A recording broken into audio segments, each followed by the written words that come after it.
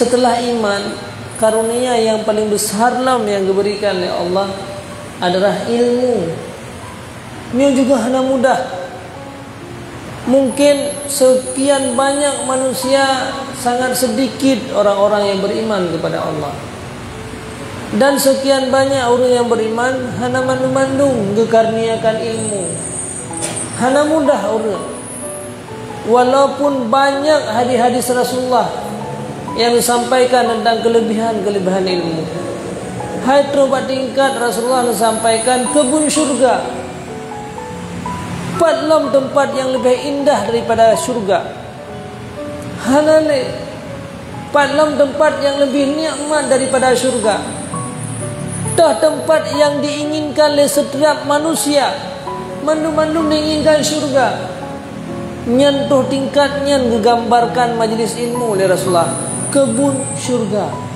Idza maratum bi riyadil jannah farta'un. Apabila kata nak dengar kebun syurga, tak rebut, tak ambil, tak hadir, tak merangkak.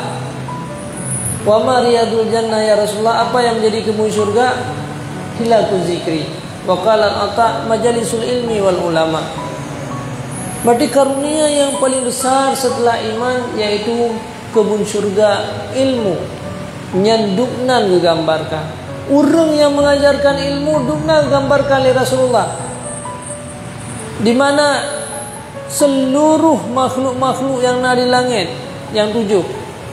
Innallaha wa malaikatahu wa ahlus samawati sab'i wa ahlul ardina sab'i hatta namlah fi hujriha wal hud fil bahri la yusalluna ala muallimil ilmi.